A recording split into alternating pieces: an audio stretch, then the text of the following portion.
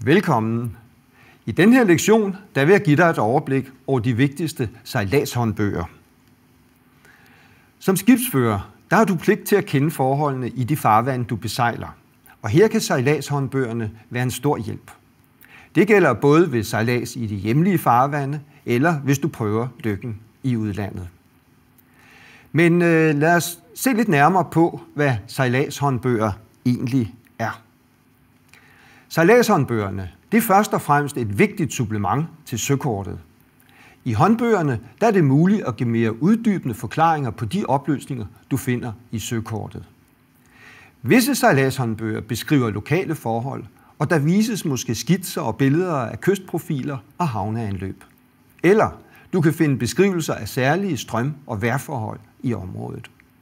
Du kan også have brug for at blive advaret om fejl på f.eks. afmærkninger eller særlige aktiviteter i et farvandsområde. Her kommer efterretninger for søfarende ind i billedet. Jeg forklarer nærmere om de to vigtige danske publikationer, Efterretninger for søfarende og Søkortrettelser, i 2 særskilte lektioner. Men lad mig først vise dig de sejladshåndbøger, som jeg synes er de vigtigste ved sejlads i de danske farvande. Den danske Lods, det er en publikation fra Kort- og Matrikelstyrelsen.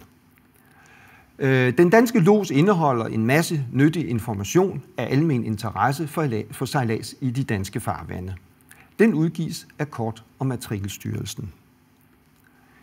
I den danske havnelods, der finder du beskrivelser af alle danske havne med for eksempel anløbsforhold, vanddybder og hvordan du får kontakt til havnefoden. Her ser du udgaven i bogform. Netudgaven den indeholder også information om, hvordan du passerer alle danske klapbroer og faste broer. Den danske havnelods den udgives af Kort- og Matrikelstyrelsen. Så er der afmærkning af danske farvande. Det er en bibel, og den bør du have med ombord. I denne lille fine publikation, der finder du alt, hvad der er værd at vide om flydende afmærkninger, båger, typer af fyr og signaler ved bropassage. Publikationen den udgives af Søfartsstyrelsen. Så er der Dansk Fyrliste. Det er en komplet oversigt over alle fyr- og togsignaler i Danmark, Færøerne og Grønland. Her er hvert fyr beskrevet detaljeret med hensyn til blandt andet navn, position og fyrkarakter med meget mere. Dansk Fyrliste den udgives af Søfartsstyrelsen. Det er min erfaring, at rigtig mange aldrig har hørt om den næste publikation.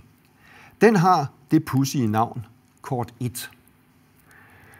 Kort 1 den indeholder alle, og jeg siger alle de symboler, du finder i et søkort. Det betyder, at hver gang du finder en signatur i dit søkort, som du ikke lige kender, jamen så slår du bare op i Kort 1. Det kan der ikke være lettere. Kort 1 udgives af Kort- og Matrikelstyrelsen. Jeg har også altid fortegnelsen over forsvarets skydepladser med ombord i min båd.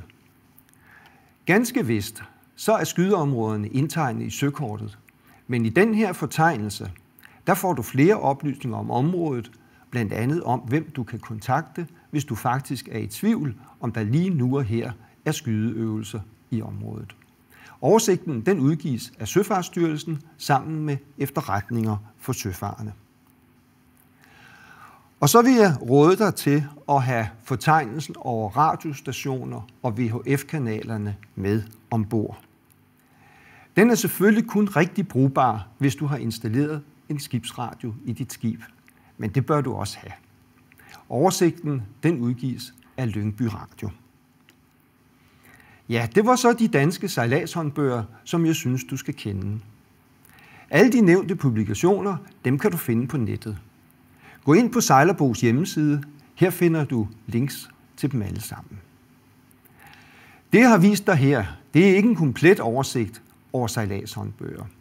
For eksempel så udgiver Danmarks Meteorologiske Institut tidevandstabeller for danske farvande, men tidevand bliver jo først rigtig interessant, hvis du våger dig ud og sejle ved den jyske vestkyst.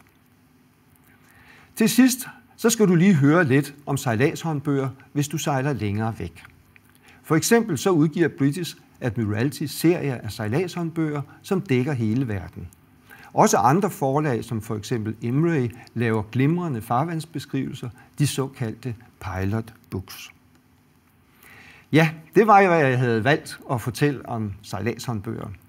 I næste lektion, der går vi tæt på efterretninger for søfarende. Vi ses.